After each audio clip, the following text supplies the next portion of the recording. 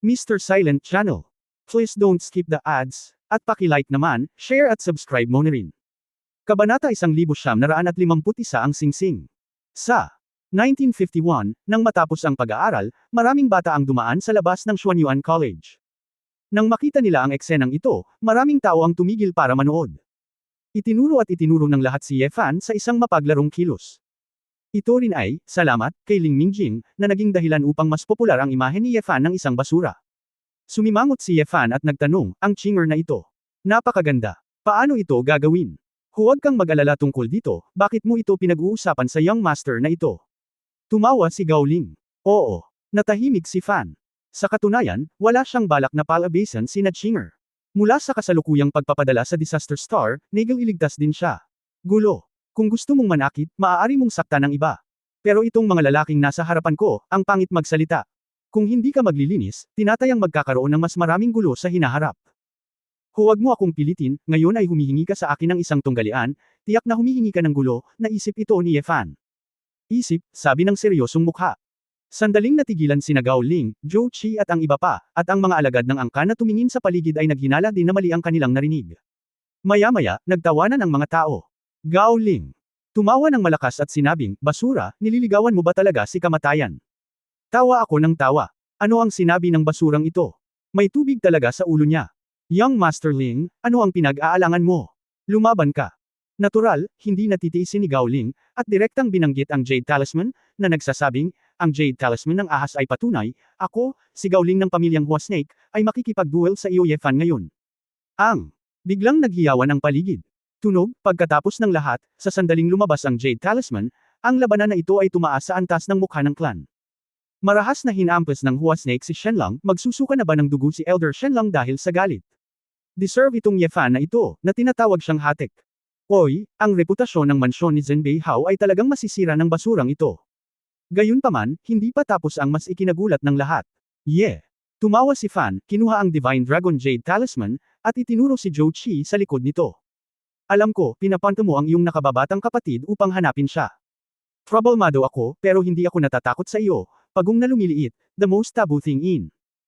Ang pamilya ni Xuanming ay masasabing, lumiliit na pagong, ang mukha ni Zhou Qi ay kasing lamig ng yelo. Ayokong matalo ka, how dare you come to ask for a beat? Akala mo talaga hindi ako maglalakas loob na saktan ka? Kinagat ni Zhou Qi ang kanyang mga ngipin, humakbang pasulong ng 2 hakbang, at inilabas ang kanyang Xuanming Jade Talisman, Gao Ling. Ibilang mo ako bilang isa, ibibigay mo ang kanyang mga kamay, ibibigay ko ang kanyang mga binti. Hayaan siyang bumalik sa Zhenbei Hufu. Ang mga tao sa paligid ay tumingin kay Ye Fan na parang tulala, bawat isa at lahat ay nagsabi na ang taong ito ay hindi baliw. Ito ay hindi sapat na matalo ng 1 beses, at gusto nilang matalo ng 2 beses. Sinabi nila kay Zhou Qi na tanggalin ang mga paa ni Ye Fan. Sa tingin ko hindi ito biro. Ang mga labanan sa prehistoric na mundo ay palaging malupit. Ang pagkagambala sa mga kamay at paa ay normal. Pagkatapos ng lahat, may mga paraan upang makabawi, at dahil siya ay anak ng Marquis ng Zhenbei, hindi siya bibigyan ng espesyal na pangangalaga. Bukod dito, ang panloob na pakikibaka ng angkan, ang mga Diyos ang maharlikang pamilya na pumipili ay hindi kailanman naging napakahusay sa pag-aalaga sa kanila, at nais nilang magkaroon ng higit pang mga salungatan. Sinabi ni Ye Fan na may maluwag na ekspresyon, magyabang lang kayo, kung sino ang mabali kung kaninong mga paa, hindi naman. Sabihin, saang arena pupunta? Joe. Ngumisi si Chi, syempre ito ang pinakamalapit na arena, oh. Oo nga pala, hindi ka pa nakakapunta sa arena, buksan natin ang iyong mga mata ngayon. Okay, ikaw na ang manguna, sabi ni Ye Fan, naglalakad para kunin ang kanyang sasakyan.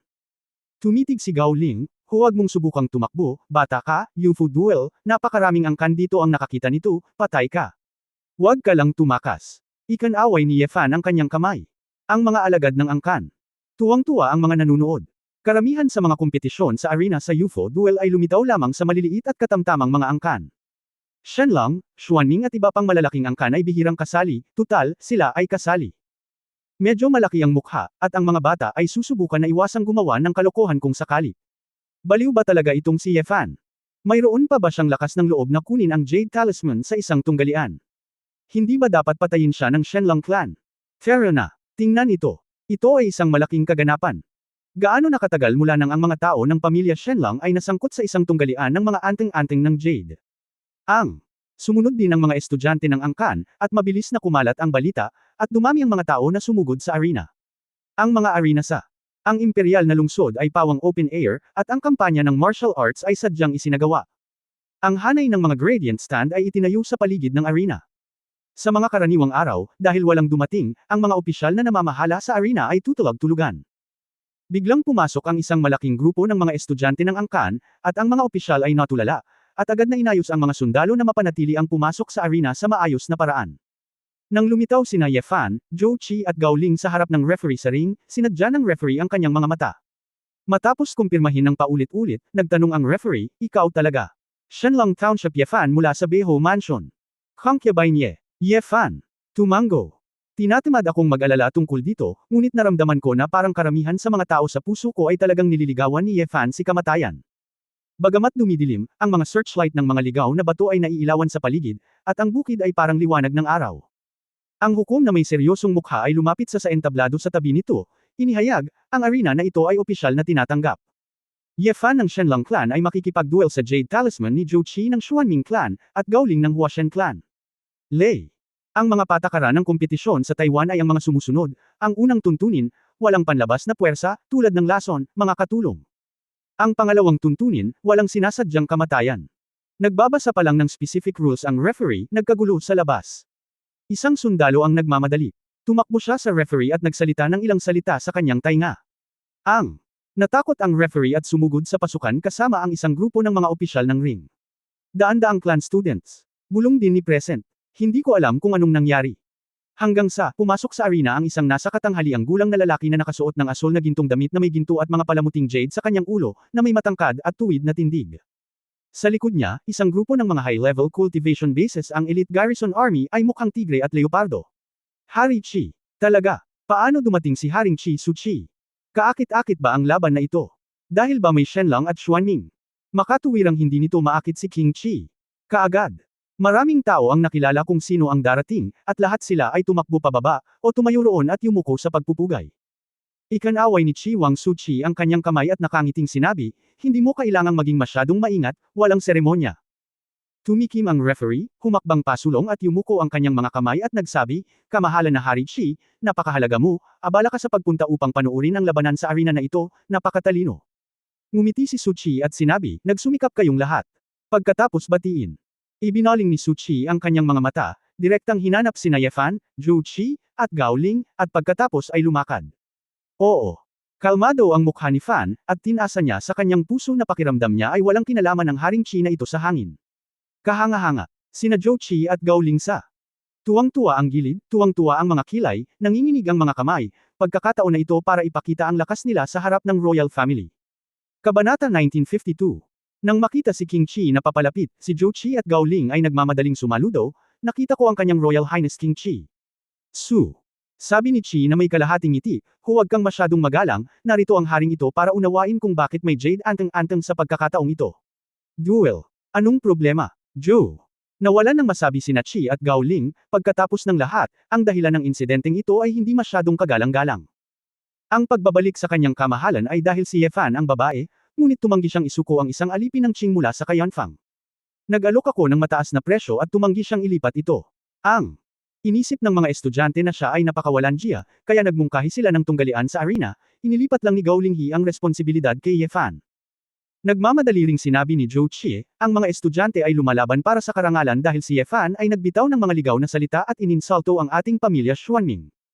Pinaikit ni Su Qi ang kanyang mga mata, pagkatapos ay tumingin kay Ye Fan, Ye Concubine, ganyan ang sagot mo. Ano ang mali? Oo. Walang pakialam si Fan, anyway, I can't stop what they say. Anyway, hinaranggan nila ako sa gate ng academy, at inilabas muna nila ang Jade Talisman, pero hindi ako ang nagkusa. Provocation. Su.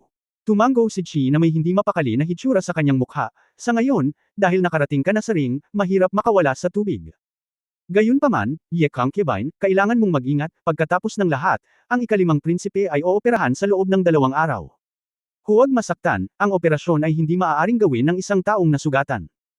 Natural iyan, pag-opera sa puso, isang maliit na pagkakamali, maaaring pumatay sa buhay ng ikalimang prinsipe, gagawin ko ang lahat para protektahan ang aking sarili, mataimtim na sabi ni Ye Fan. Sina Zhou Qi at Gao Ling sa tabi niya. Ito, kamahalan na Hari Qi, ano ang sinabi mo? Si Ye Fan ay magsasagawa ng operasyon sa ikalimang prinsipe. Tanong ni Zhou Qi. Tila naalala lang ni Chi na nasa tabi niya silang dalawa, lumingon at tumanggaw ng nakangiti, at sinabing, oo, nakikipagtulungan si Consort Ye kay Chu Guoshi para gamutin ang congenital na sakit ng ikalimang prinsipe, sa loob ng 2 araw. Imposible. Ang basurang ito ay maaari pang magkaroon ng medikal na kasanayan. Bulalas ni Gao Ling. Haring Chi. Kumunot ang noo, bakit, pinaghihinalaan mo bang magbibiro ang haring ito? Ang mga mukha ni na Zhou Qi at Gao Ling ay namutla, bagaman 10,000 katao ang ayaw maniwala, ngunit sinabi ni Su Qi na 70% ng oras ay totoo. Ano ba? Paano nagagawa ng basurang ito ang operasyon sa Fifth Prince? Hindi ba niloloko sila nito? Sa wakas ay naunawaan na nila kung bakit nagkaroon ng lakas ng loob si Ye Fan na dalhin ang Jade Talisman na ito sa isang duel, at kung bakit biglang pumunta si Haring Chi sa arena upang panuurin ang ilang estudyanteng nakikipagkompetensya sa arena. Ito ay karaniwang isang hanay ng mga trick para sa kanila upang mag-drill. Sa ilang sandali, kinasusuklaman ni na Zhou Qi at Gao Ling ang kanilang mga ngipin at tinitigan si Ye Fan, na parang gusto nilang kainin ang buhay si Ye Fan. Sila. Hindi matanggap na sila ay dinisenyo sa pamamagitan ng ganoong basura. His Royal Highness King Qi, dahil ganito ang kaso, para sa kaligtasan ng ikalimang prinsipe, bakit hindi tayo umalis sa arena ngayon? Nag-aatubili na iminungkahi ni Gao Ling. Nagmamadaling iwinagayway ni Su Qi ang kanyang kamay at sinabing, hoy, huwag mo akong intindihin. Ang haring ito ay hindi naririto para pigilan ang tunggalian na ito, ngunit para paalalahanan si Ye Concubine. Pagkatapos ng lahat, ang isang tunggalian na may isang Jade Talisman ay isang napakaseryosong bagay at isang solemna at sagradong katayuan. Kahit na higit sa mga batas ng Great Expedition. Ang pinili man o ang kan, dapat seryosohin, walang larong pambata, paanong lalabagan ng haring ito ang mga alituntuning itinakda ng mga ninuno. Joe. Ang mga mukha ni na Chi at Gao Ling ay naging itim. Malinaw, ang puwersahang hadlangan ang UFO duel ay isang napakasamang tuntunin, at hahamakin ito ng mga maharlikang pamilya at angkan sa buong mundo, kaya hindi handang sisihin si King Chi. Kung usap-usapan na ang maharlikang pamilya ay lumabag sa mga alituntunin ng mga ninuno sa loob ng libu-libong taon upang mapanatili ang isang prinsipe, hindi ito kakayanin ni Emperor Ming, lalo pa si Su Qi. Su. Lumingon si Qi kay Ye Fan at seryosong nagsabi, Ye Concubine, kailangan mong protektahan ang iyong sarili at huwag magdusa ng anumang malaking pinsala. Alam ko rin na ang ikalimang prinsipe na si Su Xiao, ang kanyang ina na si Ye Fei, ay ang pinakamamahal na anak ng hari ng gabi, katumbas ng lolo at lolo ng ikalimang prinsipe, ngunit lahat sila ay malalakas sa banal na kaharian. Kanyang, ang kaligtasan ay napakahalaga. Kailangan mong tandaan. Tandaan. Malinaw na sinasabi ito ni Su Qi kay Ye Fan, ngunit nahihiya sina Zhou Qi at Gao Ling sa tabi niya. Ito ang sinabi niya sa kanila. Kung masaktan si Ye Fan at maapektuhan ang normal na operasyon ng operasyon, gusto pa rin nilang magkaroon ng mas magandang buhay. Kung tungkol sa pagkaantala ng operasyon, hindi man lang sila naglakas loob na isipin ito. Kung maaantala, ano ang gagawin ng ikalimang prinsipe ang tanong, hindi ba sila mananagot? Pagkatapos ng Su. Natapos magsalita si Qi, nakangiting sinabi niya kina Zhou at Gao, nandito lang ang haring ito para ipagkatiwala si Ye Concubine, hindi mo kailangang magkaroon ng anumang pasanin, UFO duel, seryosohin mo, walang kapangyarihan ang haring ito. Asikasuhin natin ang mga bagay sa ring. Si Zhou Qi at Gao Ling ay tumawa ng mas pangit kaysa sa pagiyak, at tumanggaw sila, ngunit pinagalitan nila ang kanilang mga ninuno sa ika-18 henerasyon sa kanilang mga puso. Oo, hindi mo sila pinigilan ng lantaran, ngunit wala silang lakas ng loob na gawin ito. Isa itong sugal sa buhay ng ikalimang prinsipe. Sa final analysis, hindi sila malaking figure ng clan, kundi juniors lang. Bagamat ang pakikipagduel sa isa't isa ay tungkol sa mukha ng angkan, hindi pa rin ito may kukumpara sa buhay ni Su Xiao. Pagkatapos sabihin ito ni Haring Qi, tahimik siyang naglakad sa gilid. Umupo ang VIP stand. Ang lihim ding pinagpawisan ng ring referee nang marinig niya ito, at sa wakas ay naunawaan niya kung bakit naglakas loob si Ye Fan na makipaglaban sa Jade Talisman. Mabilis at tahimik na kumalat ang balita na ooperahan ni Ye Fan ang ikalimang prinsipe, at narinig ng mga estudyanteng pumunta para manood ng tunggalian ang balita at hindi makapaniwala.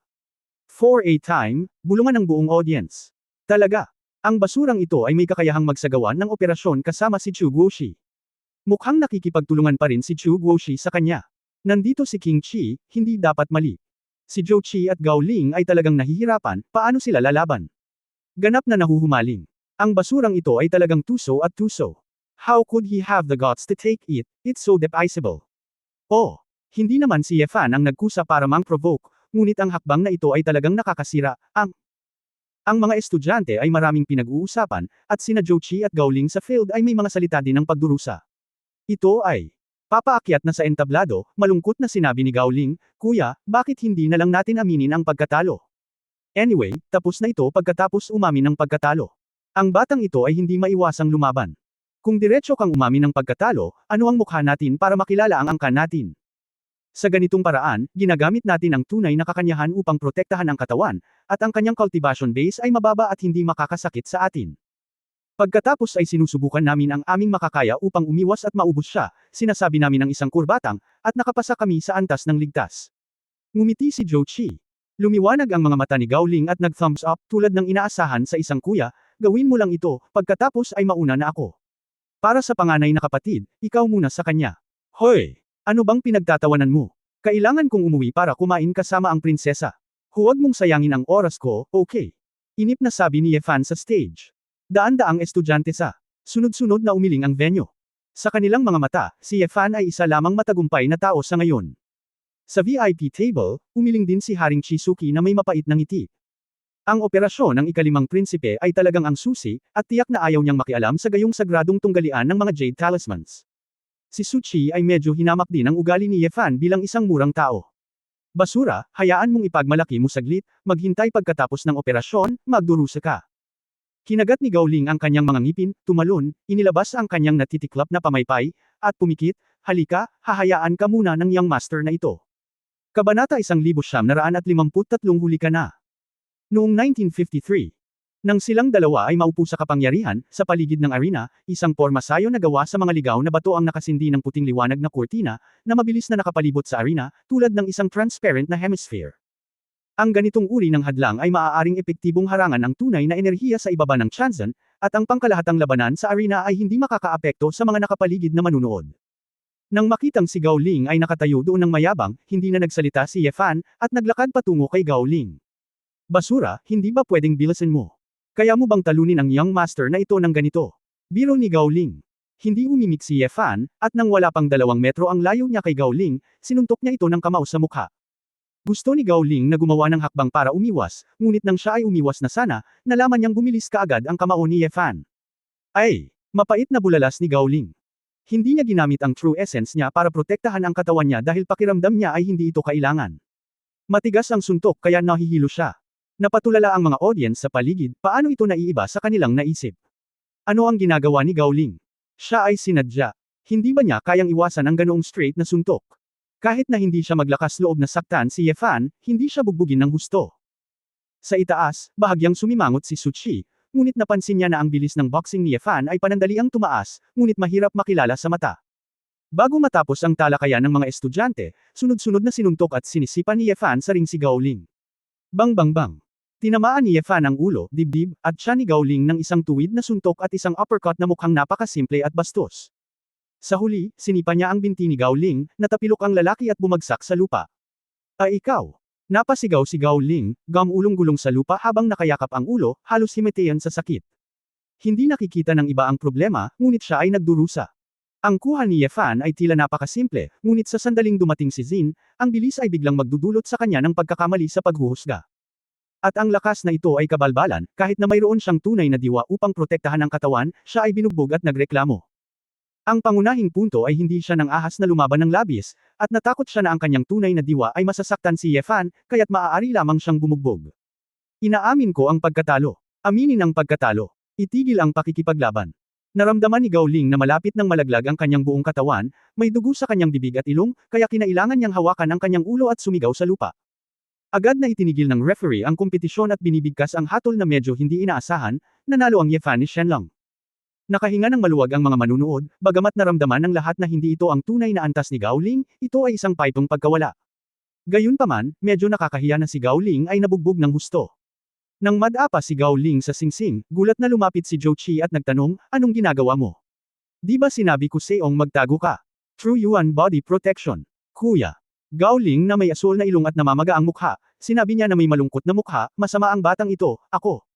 Hindi ko makita ang kanyang daan. Kailangan mong mag-ingat. Hindi sumang-ayon si Zhou Qi, at itinuro, hayaan mo lang na huwag kang mahuhumaling sa Kayanfang, Feng Huashoyo, sa palagay ko ay mas kaunti ang iyong pagsasanay. Ako ay nasa kaharian na humuhubog sa espiritu, at kapag sinaktan niya ako, kinikiliti niya ako, kaya ano ang dapat kong ingatan? Manood ka mula sa ibaba, ipapakita ko sa iyo, kung ano ang naglalakad ng aso at kung ano ang naglalaro ng unggoy. Sabi ni Zhou Qi, malamig na ngumuso, at humakbang papunta sa ring. Ang ikalawang tunggalian ay opisyal na nagsimula. Basura, halika na, kinawit ni Zhou Qi ang kanyang daliri. Ginalaw ni Ye Fan ang kanyang mga buko, hinayaan mo rin akong mag-shoot muna. Humph, bakit hindi? Makakagalaw ka. Ako, si Zhou Qi, ay nakatayo rito, hinahayaan kang matalo ako ng mahabang panahon, at hinding-hindi mo ako masasaktan. Gusto ko lang makita mo ang pagkakaiba mo sa akin, pagmamalaki ni Zhou Qi. Bahagyang tumaas ang mga sulok ng bibig ni Ye Fan. Karaniwan, ang panahon ng Foundation Establishment ay talagang hindi kayang sirain ang True Essence Defense ng Plastic Spirit Realm, ngunit ang problema ay hindi siya isang normal na Foundation Establishment. Naglakad pa rin si Ye Fan patungo kay Zhou Qi, winuwagayway ang kanyang mga braso, nagbabalak na sumuntok anumang oras. Natuto si Zhou Qi sa nakaraang karanasan, ngunit hindi niya minamaliit ang kaaway. Maingat niyang pinagmamasdan ang mga galaw ni Ye Fan, at ang kanyang katawan ay pinuprotektahan din ng asensya na hugis espiritu, at bahagyang kumikislap ang asol na liwanag. Susuntukan kita sa kaliwang pisngi. Katatapos lang magsalita ni Ye Fan, at sinuntok niya ng suntok ang kanang pisngi ni Zhou Qi. Saglit na natigilan ang ulo ni Zhou Qi, ngunit nang mabawi niya ang kanyang katinoan, sinampal na ni Ye Fan ng kamao ang kanyang kanang mukha. Ay! Halos madapa si Zhou Qi sa lupa, kahit na mayroon siyang True Essence Body Protection ng unang layer ng Soul Sculpting, pakiramdam niya ay wala itong silbi. Ang punto ay, makatwiran akong mas malakas ang puwersa ng naturang pag-atake, mas malaki ang puwersang anti-shock na matatanggap ni Ye Fan, ngunit tila walang tugon si Ye Fan. Nagmamadaling umatras ng ilang hakbang si Zhou Qi, nadaya ka. Hindi mo ba sinabi ang kaliwang pisngi? Bakit, may mga panuntunan sa ring na nagsasabing bawal mandaya ang mga tao? Tanong pabalik ni Ye Fan. Ako, namumula sa galit ang mukha ni Zhou Qi. Napatulala ang mga estudyante sa stand. Akala nila ay nakakatawa si Zhou Qi at medyo tuso si Ye Fan. Gayunpaman, nagtataka rin ang lahat kung bakit hindi mapigilan ng Spirit Sculpting True Essence ni Zhou Qi ang kamao ni Ye Fan. Mahuhulaan lamang ng lahat, tinatayang hindi nang ahas si Zhou Qi na gumamit ng labis na puwersa, dahil sa takot na masaktan si Ye Fan. Sa oras na ito, muling naglalakad si Ye Fan patungo kay Zhou Qi, at ang bilis sa ilalim ng kanyang mga paa ay tumataas din. Si Zhou Qi ay natalo sa unang pagkakataon at nagplanong simulan ang paggamit ng diskarte sa paglakad ng aso. Sa sandaling humakbang siya, gusto niyang umiwas sa kaliwa, ngunit ayaw niyang makita siya ng direkta ni Ye Fan. Biglang bumili si Ye Fan at tinamaan ng direktang sipa ang baywang ni Zhou Qi. Aray! Tumili si Zhou Qi, lumuwa ang kanyang mga mata, pakiramdam na sasabog na ang kanyang mga bato. Ang ganitong uri ng sakit ay hindi nag-iwan sa kanya ng oras upang pag-isipan, kung bakit tumpak na nakikita ni Ye Fan ang kanyang mga galaw, at paano siya sumabog sa ganoong lakas at bilis. Hindi rin nakita ng isang grupo ng mga estudyante ang dahilan, dahil masyadong mabilis ang nangyari, inisip na lang ng lahat na mala si Zhou Qi, at hinarang lang ito ni Ye Fan. Tanging ang mga mata lamang ni Su Qi ang kumikislap sa sandaling ito, at siya ay nag-iisip. Sa sandaling ito, nang bumagsak si Zhou Qi, sinipa siya ni Ye Fan ng ilang beses na sunod-sunod, sinipa at pinagalitan, hindi man lang tumubo ang buhok. Gusto ko na lang sumuko. Mawalan ng kamay at paa. Niyaya kitang manggulo. Alam mo bang problemado ako? Ngayon kontento na ako. Naglalakad sa aso. Pinaglalaroan ng unggoy. Naglalakad ka. Mahigit 10 sunod-sunod na pagsipa ng fan. Bagamat hindi ito nakamamatay, lahat ito ay nasa masakit na lugar. Sa huli, direktang sinipa niya si Zhou Qi palabas ng ring. Si Zhou Qi, na nagsuka ng dugo at bumubula sa bibig, ay nawala ng malay. Humiga siya sa lupa na nanginginig ang mga paa, tumangala sa langit, ang kanyang namamagang mukha ay puno ng dugo. Nakikita ng mga mahistrado ang mga ulap at bundok at hamog, ngunit hindi nila naiintindihan. Paano ito nangyari? Masyadong matubig ang Spirit Sculpting Realm na ito, at hindi na mapipigilan ang mga ganitong kabastusan. Si Shen Lang, Ye Fan ang nanalo. Pagkatapos ng pangalawang anunsyo, tumahimik ang lahat ng estudyante sa audience. Hulaan ng lahat na hindi magagapi si Ye Fan. Pagkatapos ng lahat, sina Zhou at Gao ay hindi nang ahas na gumawa ng tunay na hakbang. Greed. Pero ang problema, ang dalawang taong ito ay binugbog ng ganito, hindi nila ito maintindihan. Ang tanging paliwanag ay maaari lamang na ang dalawang taong ito ay minamaliit ang kaaway, at maaaring mapalad din si Ye Fan. Tahimik na tumayo si Haring Qi Su Qi, tumingin ng malalim kay Ye Fan, ngumiti ng mapaglaro, at tumalikod at umalis. Little Marky, huwag masyadong mag-isip. Isang matandang lalaki ang nanguna sa ilang katulong at nagmamadaling pumunta sa pinangyarihan ng arena, si Shui Bo yun. Kasalukuyang nasa lugar ng mahistrado si Ye Fan para magparehistro, tutal, kailangang opisyal na maitala ang tunggalian ng Jade Talisman. Tito Shui, Little Marky, paano mo nasaksak ang ganoong kalaking basket? Galit ang amo sa norte. Kakatawag lang ni Madam, huwag naman sana. Pero ako. Walang paghihintay na may sasabihin si Ye Fan, nagmamadaling hinawakan ni Ye Shui ang kamay ng hukom, at malakas na hinikayat siya, aking Panginoon. Ang iyong Panginoon. Ito ay ganap na imposible. Ang Jade Talisman Duel na ito ay imposible. Ang iyong Panginoon, huwag mag-alala, kami ay nasa bagay na ito. Ang Marquis ng Zenbei ay gagawa ng paraan para sugpuin ito, itong Jade Talisman Duel ay pansamantalang naantala, ang mapait na ngumiti ang hukom, matanda, makinig kang mabuti. Tapos na ang tunggalian, huli ka na. Natigilan si Ye Shui, at nalilitong tumingin sa eksena, at mas natigilan siya nang makita niya ang dalawang lalaking may asul na ilong at namamaga ang mukha na nadala. Tinapik ni Ye Fan ang balikat ng matanda, Shui Bo, tapos na ako, uwi na tayo. Labanan, tapos na. Naramdaman ni Ye Shui na parang nasa panaginip siya, at tumango, umuwi ka na, umuwi ka na. Kabanata 1954 na dialog ng magulang. Hanggang sa sumakay siya sa kotse, sa wakas ay alam na ni Ye Shui ang nangyari. Pero, tumingin pa rin siya kay Ye Fan na may ekspresyon ng hindi makapaniwala at nag-aalangan na tumingin pataas at pababa. Little Marquis, hindi ka ba talaga nasaktan? Ngumiti si Ye Fan, sabi ko, binugbog ko sila, hindi mo ba nakita ng sarili mong mga mata si Bo Shui? Nakita mo, pero hindi ko inaasahan. Talagang nahuli sila at binugbog ng munting prinsipe. Ito. Naninindigan na kahit na hindi sila maglakas loob na kumilos dahil sa presensya ng kanyang Royal Highness King Chi, hindi sila matatalo ng husto. Oo. Umiling si Shui at bamantong hininga, siguro. Minamaliit ng 2 taong iyon ang kanilang mga kaaway. Kung tutusin, ang young master ay nag-improve ng husto. Katulad niya. Nagsasalita, nakatanggap ng tawag si Shui Bo. Nang may makita siya ay agad niya itong pinulot ng may paggalang. May nag-aalalang boses ng babae doon, sabik na nagtatanong kung kumusta na si Ye Fan. Madam, hey. Okay lang, nanalo sa labanan ng munting Marquis, ipinadala sina Xuanming at Huashi sa ospital. Alam lang ni Ye Fan na ito ay ang kanyang ina, Ji Soxan, maaari mong marinig na si Ji Soxan ay nag-aalala pa rin sa panganay na anak na ito. Alam na. Talagang nanalo si Ye Fan at hindi nasugatan, nailigtas ang mukha ng Shenlang clan, at tuwang-tuwa si Jisoo doon. Pagkatapos, ilang sandali, gusto ni Jisoo na sagutin ni Ye Fan ang telepono. Nag-aalinlangan na ibinigay ni Shui Bo ang telepono kay Ye Fan, Little Marquis, may sasabihin si Madam. Nag-isip si Fan, imposible para sa kanya na umalis sa bahay na ito sa maikling panahon, at kailangan pa rin nila ni Ye Wangto at ng kanyang asawa na magkaroon ng magandang relasyon. Hindi man magkamag-anak ang mag-ama na ito, kailangan muna nilang tanggapin. Ano? Higit pa, bagamat ang pinapahalagahan nila ay ang orihinal na Ye Fan, ngunit ngayon ay sila na talaga ang nagdadala ng ganitong pakiramdam, kahit na hindi nila naiintindihan. Pagkatapos gumawa ng ilang psychological construction, kinuha ni Ye Fan ang telepono at nag-alinlangan sandali. Saka lang sinabi, nandito ako. Fanner, matagal na akong hindi nakakausap ng aking ina, bakit hindi mo ako tinatawag na isang ina? Ngunit ang aking ina ay natatakot na makita mo akong nakakainis, kaya hindi ako nang ahas na makipag-usap sa iyo ng madalas sa telepono. Sinabi mo na nahulog ka sa ilog at nagka-amnesia, ngunit hindi mo makakalimutan ang iyong sarili. Nanay, hindi ka na nakabalik pagkatapos mong pakasalan ng nanay mo, galit ka ba sa nanay mo? Si Su ay nagsabi ng maraming mapagmalasakit na salita tulad ng isang cannonball. Napahiya si Ye Fan, napakamot sa kanyang ulo, nagngangalit ang kanyang mga ngipin, at sinabing, ina, hindi ako galit. Ito. Tunog, ina, nalaman ni Ye Fan na hindi ito partikular na mahirap. Marahil ay dahil masyadong banayad ang mga salita ni Ji Soxan, na naging natural sa kanya. Mabuti yan, ina, kung gayon maaari kang makatiyak. Ngunit, Fener, paano mo magagawa iyon? Gaano ka katiyak na magsasagawa ka ng operasyon sa ikalimang prinsipe? May sasabihin sana si Ye Fan, ngunit ang makapal na boses ng isang lalaki ay nanggaling doon. Magkano ito? Sinasabi ko sa batang ito. Sinagot ng lalaki ang telepono at agad na nagsabi, Fanner. Nakikinig ka. Ang pagkakaroon ng ikalimang prinsipe ay nauugnay sa relasyon sa pagitan ng maharlikang pamilya at ng Darkmoon City, ang dalawang dakilang powerhouse sa Holy Land. Wala akong pakialam kung kailan ka natutong mag-practice ng medisina, dahil pinili mong kumilos, dapat gumaling ka. Kung hindi, ang ama ay hindi mamamagitan para sa iyo. Natural na naiintindihan ni Ye Fan na dapat itong si Ye Wangto. Bagamat sinabi ng matandang ito, ngunit naririnig niya ito, ngunit siya ay matigas ang puso at malambot ang puso. Kung talagang may nangyari, hihingi pa rin siya ng awa at humingi ng tawad. I see, ngumiti si Ye Fan.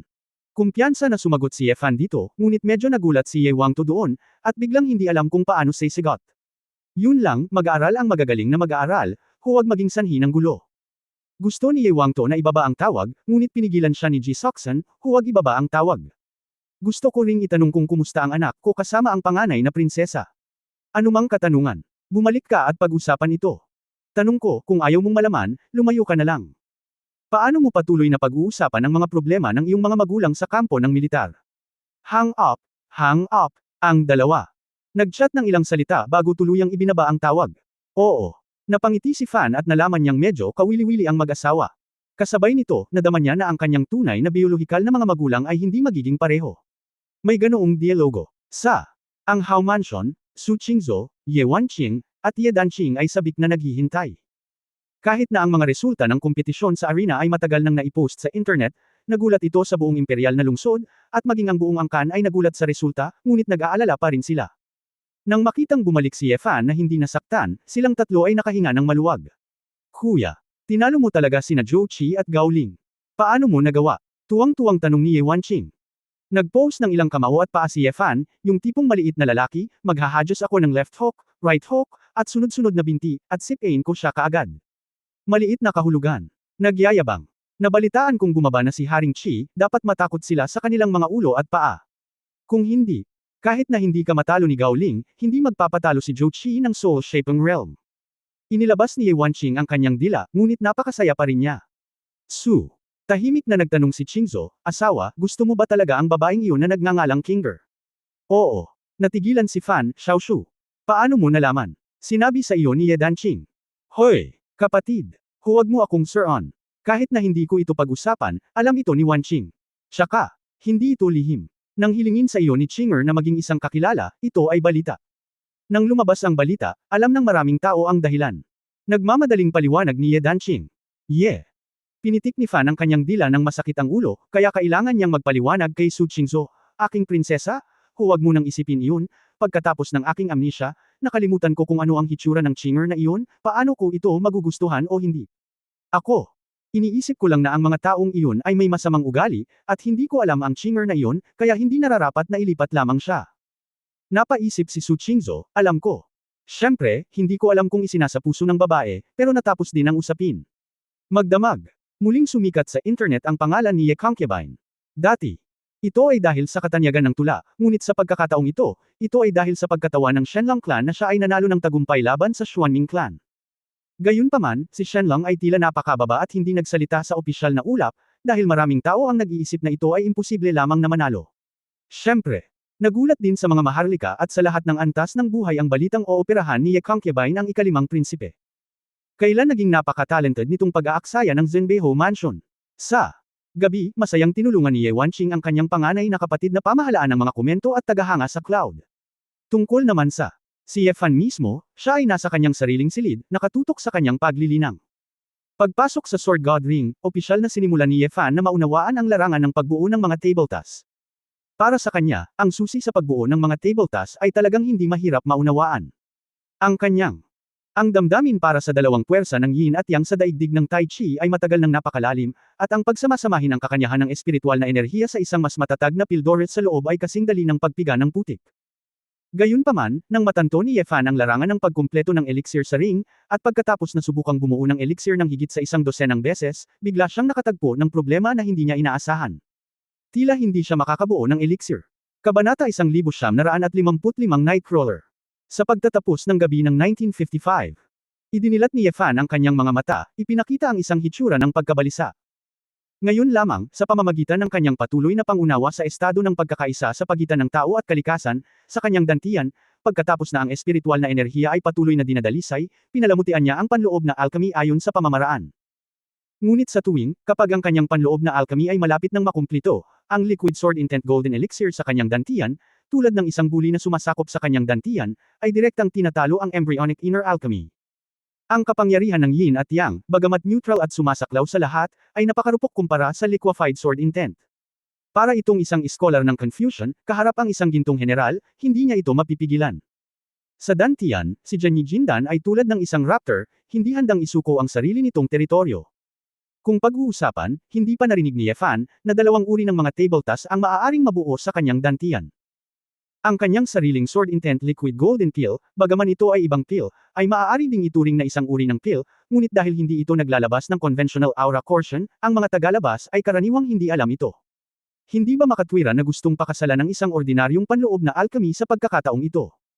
Maingat na pinag-isipan ni Ye Fan, bagamat nilinang niya ang kanyang panloob na kakayahan, gusto lang niyang magkaroon ng mas maraming paraan para sa kanyang sarili, at kasabay nito ay mapataas ang kanyang mahabang buhay.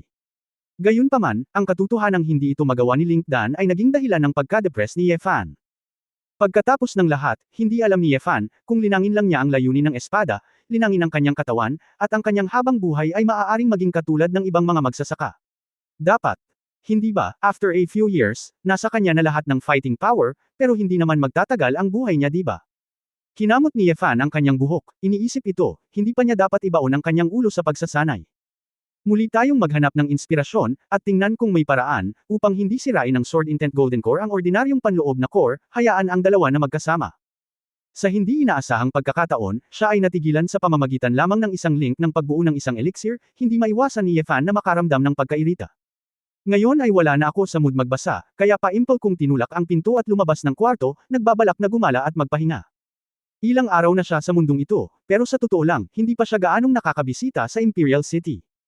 Sinamantala na lang niya ang gabi para lumipad gamit ang kanyang espada. Ngunit paglabas niya ay nakita niyang may palihim na nakatingin sa kanya. Napapikit si Ye Fan, ang taong ito ay ang misteryosong nakatatandang kapatid ni Su Qingzhou. Ang lalaking ito ay talagang nag-squat sa bubong ng kwarto ni Su Qingzhou sa kalagitnaan ng gabi. Natatakot ba siya na ang kanyang asawa ay tumakbo sa kalagitnaan ng gabi? Si Ye Fan ay nasa ilalim ng ganoong pagbabantay, at hindi maginhawang lumipad ng direkta, kaya kinailangan niyang maglakad sa likod ng pinto ng Hao Residence at lumabas. Sinong mag-aakala na nang makita ng misteryosong lalaki si Ye Fan na lumabas sa kalagitnaan ng gabi, na curious siya at sinasadya pa niyang sumunod. Naglakad sandali si Ye Fan at walang nakasalubong, ngunit medyo naiinis siya ng misteryosong lalaki sa likod niya na kanina pa nagtatago sa dilim at sumusunod sa kanya. Sapat na ang maglupusay sa bakuran ni Su Qingzhou, ngunit kapag umalis siya sa mansyon ng mag-isa, kailangan ba niyang sundan siya? Talaga bang iniisip ng taong ito na ang kanyang diskarte sa pagsubaybay ay hindi magagapit? Tahimik na may masamang ngiti si Ye Fan sa gilid ng kanyang bibig. Dahil gusto niyang maglaro ng ganito, dapat niyang pawiin ang kanyang pagkabagot at makisaya sa kanya. Habang naglalakad sa isang kalye, nalaman ni Ye Fan na may night market sa harap niya, at medyo marami ang tao. Nakihalo si Ye Fan sa karamihan, pumasok, at pagkatapos ay unti-unting nawala ang lahat ng kanyang aura. Ang misteryosong lalaki ay tumalon sa tuktok ng isang silid, tumingin sa ibaba, sinubaybayan ito sa isang tiyak na tagal ng panahon, ngunit biglang nalaman na siya ay mas naliligaw. Ano ba, mga tao? Bumubulong-bulong ang lalaki, ngunit bigla niyang napansin na may tao sa likuran niya. Hindi maganda. Lihim na nagpupuyat ang misteryosong lalaki sa kanyang puso.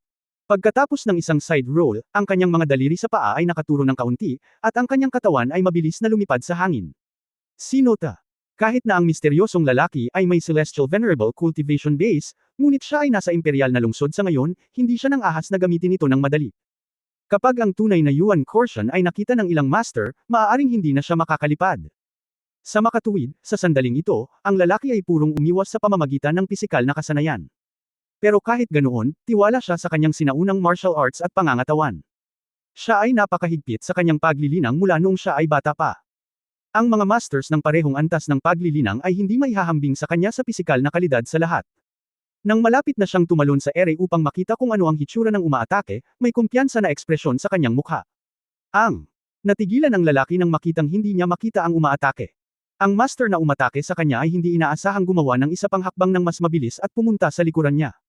Paano ito posible? Isa itong multo. Umaasa lang sa katawan, paano ba naman ang bilis? Bang!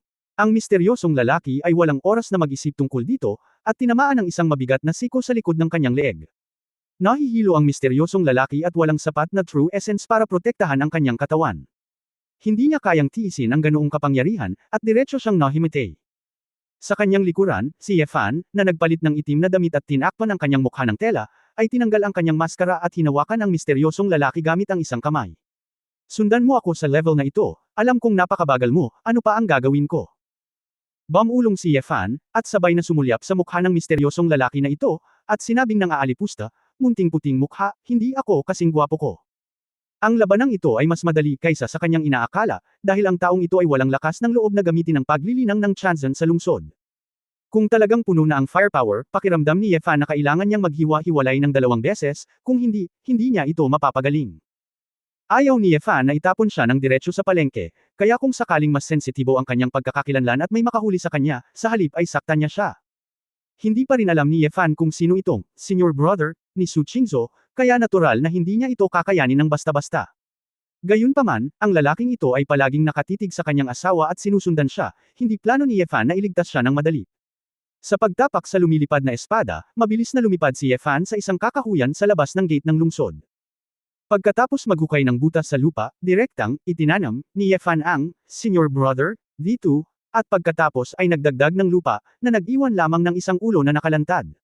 Hehe. Biglang naramdaman ni Yefan na siya ay nasa mabuting kalagayan, at ang depresyon na hindi niya naabot ay natangay. Sa hindi inaasahang pagkakataon, ang kilusang ito ang naging dahilan ng paggising ng misteryosong lalaki na nahihilo.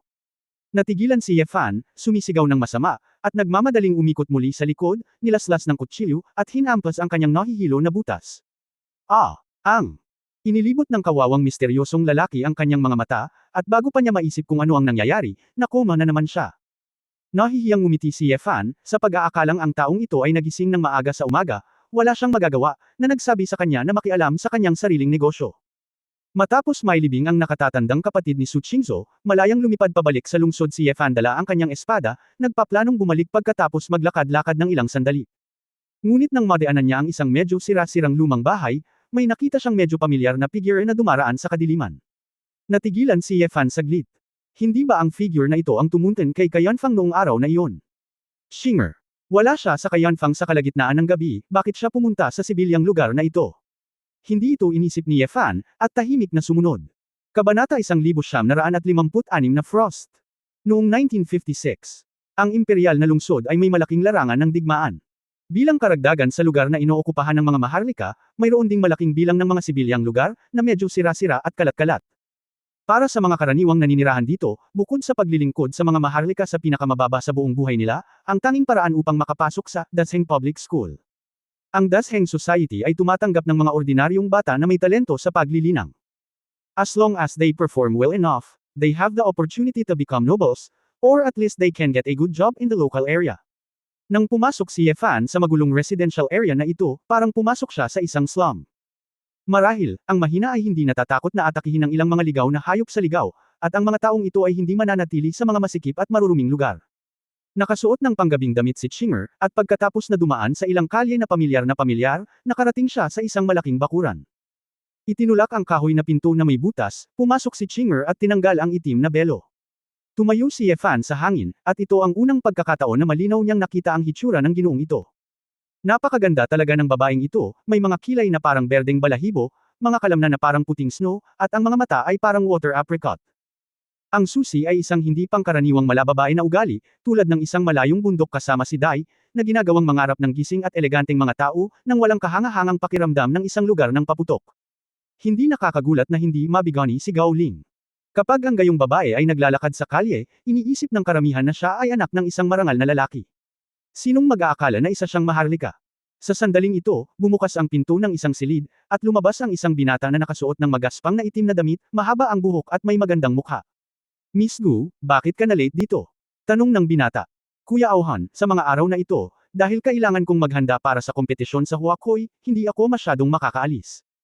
Habang walang pumapansin sa gabi, dalhan kita ng pera ni Ate Oshuang.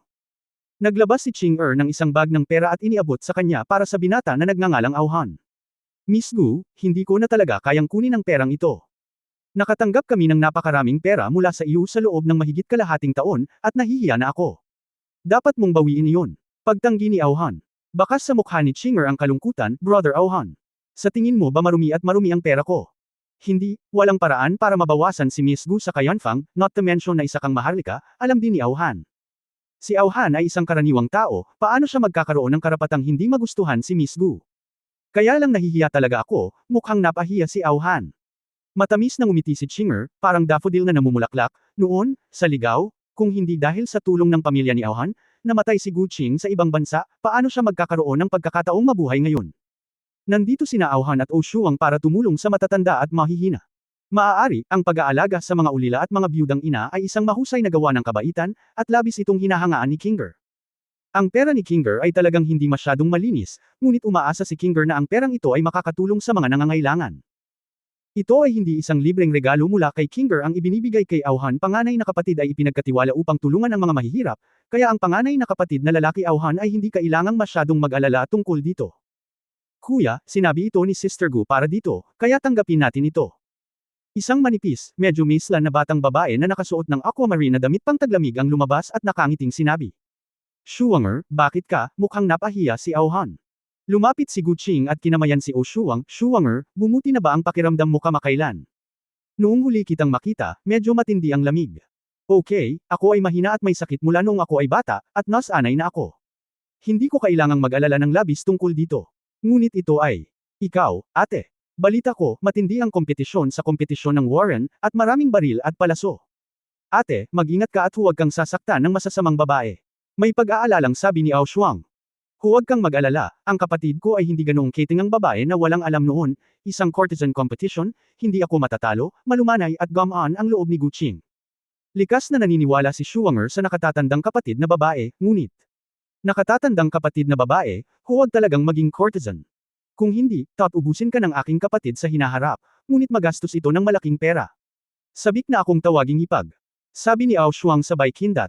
Kaagad, namula ang mukha ni Guqing, nahihiyang ibinaba niya ang kanyang ulo at kinagat ang kanyang labi, hindi nang ahas na tumingin kay Auhan. Shuwanger. Ilang beses ko bang sinabi sa iyo, huwag kang magbiro ng ganyan, paano ako magiging karapat-dapat kay Miss Gu? Ipinagmamalaki ko ang mga cold at grassroots na tao. Higit pa rito, nakapagdesisyon na ako, kailangan kong magsanay ng husto, tumayo, at suklian ang dakilang kabaitan ng Dean. Oh, panganay na kapatid, ikaw ay isang henyo, isang malalim na elemento ng sagradong katawan, at isang kalahating hakbang na kahabaan ng buhay. Ngayon ang Tianwen Academy at Xuanyuan Academy, sino ang mas magaling sa iyo? Sa susunod na taon, lalabas ka sa Imperial Examination ng Holy Emperor, at natatakot ako na hindi ka makapasok sa Holy Emperor Academy. Namumukod-tangi ka ba? Kapag naging mataas kang opisyal, hindi ka ba magiging karapat-dapat kay Sister Gu? O, talagang hinahamak mo si Sister Gu sa Kayanfang. Huminga ng mahina si Ao Shuang. Ako, paano ko ito maaayawan? Namula ang mukha ni Auhan, at nagmamadali siyang nagpaliwanag kay Guqing, Miss Gu, huwag kang makinig sa kalokohan ni Shuwanger. Umiling si Guqing, kinagat ang kanyang mga labi at nakangiting sinabi, ayos lang. Alam ni Chinger na ang panganay na kapatid ni Auhan ay may malaking ambisyon, at imposibleng sayangin ang kanyang pag-aaral dahil sa personal na pagmamahal ng ilang mga bata. Ngayong si Chinger ay nasa Kayanfang, hindi niya iisipin na hilahin ito pababa. Kuya Auhan, napakabuti kung ikaw at ako ay maging ordinaryong magkakapatid. Miss Gu, huwag kang mag-alala, kung ako si Auhan ay makakapag-stand out at ikaw ay nasa Kayanfang pa, talagang gagawa ako ng paraan para bigyan ka ng regalo ng kalayaan. Katawan. Mataimtim na sabi ni Auhan. Sa mga salita ni Kuya Auhan, nasisiyahan din si Chinger. Sumaludo si Gu Qingying. Nagmamadaling sinabi ni Shuang, Sister Chinger, hindi ka dapat maging courtesan, hintayin mo ang kapatid ko sa Kayanfang. Masusundo ka niya kapag pumasok siya sa Holy Emperor Academy sa susunod na taon. Shuwanger. Hihi, papakainin ko muna si Lola Wang ng gamot para hindi ko kayo istorbohin para bamulong.